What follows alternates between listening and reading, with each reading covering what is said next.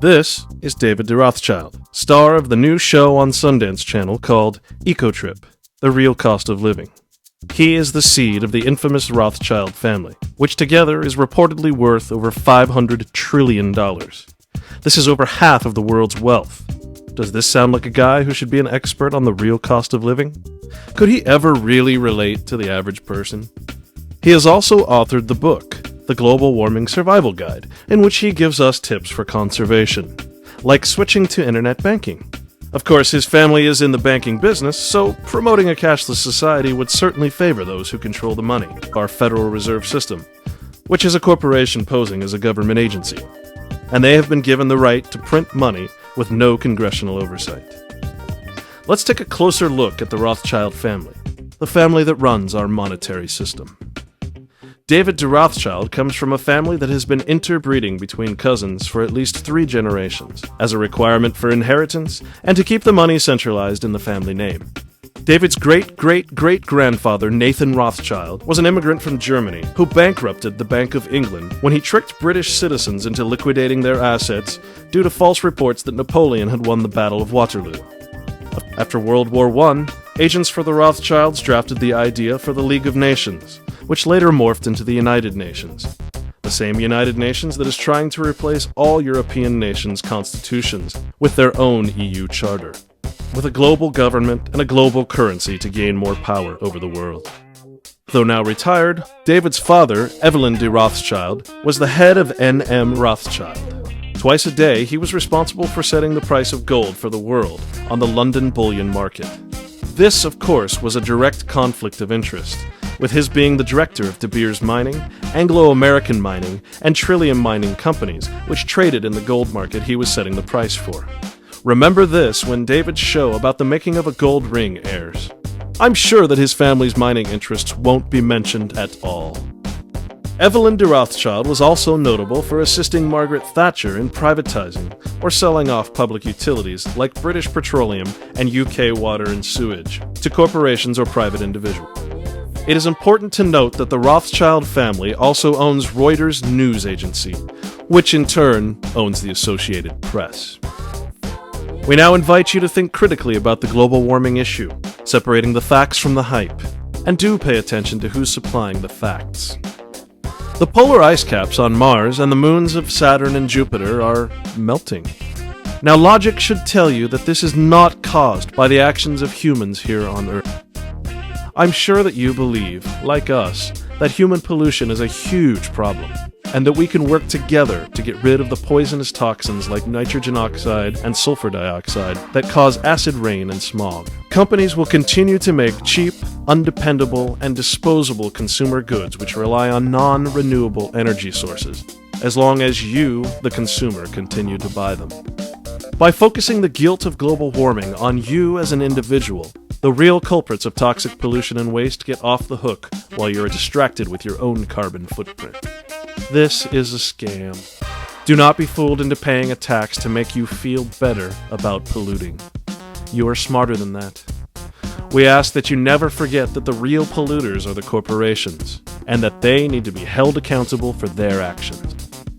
The Intergovernmental Panel on Climate Control, or IPCC, is an agency of the United Nations, and its report on global warming was found to contain false scientific and meteorological evidence. This is the report upon which the Kyoto Treaty is based. The real agenda of the purveyors of global warming is taxation, in the form of a big climate lie. The global warming and carbon taxation agenda has 4 major points. First, the carbon tax will be used as a way to usher in socialism, as described by James Hansen, an Al Gore scientific source from NASA who has been caught lying about his climate data. In a letter to President Obama dated December 28, 2008, Mr. Hansen states, "A carbon tax is honest, clear, and effective. It will increase energy prices, but low and middle income people especially will find ways to reduce carbon emissions so as to come out ahead." The second part is carbon accounting. According to SOTT.net, carbon accounting is a device being developed for your cell phone.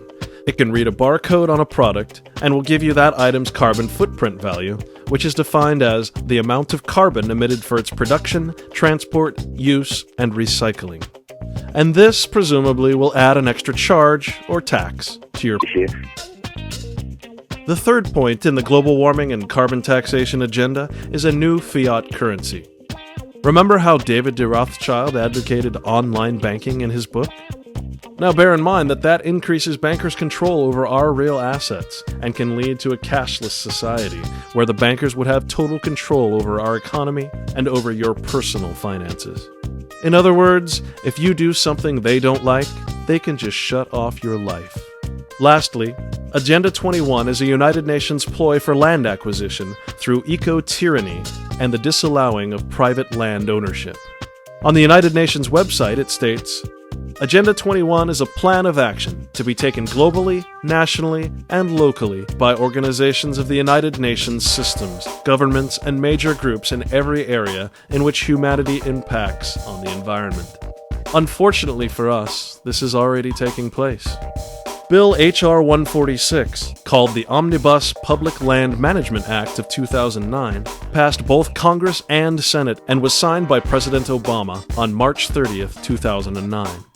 This act is actually a bundle of 164 differently sponsored bills. It authorizes President Obama to evacuate by use of the law of eminent domain all American citizens from what are now being called United Nations Biosphere Reserves and Corridors by no later than April 2011. This depopulation of the wilderness areas is not for the purposes of conservation, as it sounds, but is in reality a massive land grab by a rogue government of more than 2 million square acres over 9 of our United States.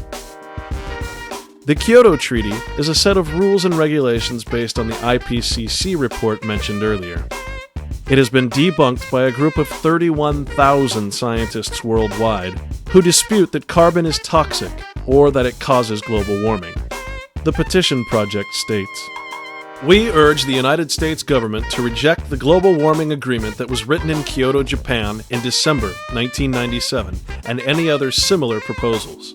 The proposed limits on greenhouse gases would harm the environment, hinder the advance of science and technology, and damage the health and welfare of mankind. There is no convincing scientific evidence that human release of carbon dioxide, methane, or other greenhouse gases is causing, or will in the foreseeable future, cause catastrophic heating of the Earth's atmosphere and disruption of the Earth's climate. Moreover, there is substantial scientific evidence that increases in atmospheric carbon dioxide produce many beneficial effects upon the natural plant and animal environments of the Earth." Interestingly, the founder of the Weather Channel, John Coleman, has been challenging Al Gore to a global warming debate. Not surprisingly, Mr. Gore has never responded to the challenge. It has been said that if the government could find a way to tax us for breathing, they would. Well, they have found that way, through carbon taxation. Now, Congressman Henry Waxman and Congressman Edward Markey are drafting a bill that is already 648 pages long to create just such a tax. They claim that it is to promote clean energy, but according to Americans for Prosperity and many other sources, it will cause massive taxation and job losses. It is interesting to note that Mr. Waxman is the chairman for the Energy and Commerce Committee, and Mr. Markey is the chairman for the Global Warming Committee. So where does this leave us? And what can you do about it? You can start by emailing this video to everyone you know to help us expose the carbon agenda and the lies it uses. You have the power to turn your TV set off and to withdraw support from the Sundance Channel as it promotes propaganda that will result in a carbon tax. You can call the Sundance Channel and complain about this program. Their phone number is 212-708-8002. You can also call your local representatives and Representatives Henry Waxman and Edward Markey at area code 202-224-3121. Tell them that we do not support a carbon tax and that they should quit taking lobby and special interest money from corrupt corporations and rewrite this bill to tax those corporations who create real industrial pollution so that we can fund clean energy. You can conserve. This is the most effective form of pollution reduction from Fed. You can make a difference, but only if you choose freedom over tyranny.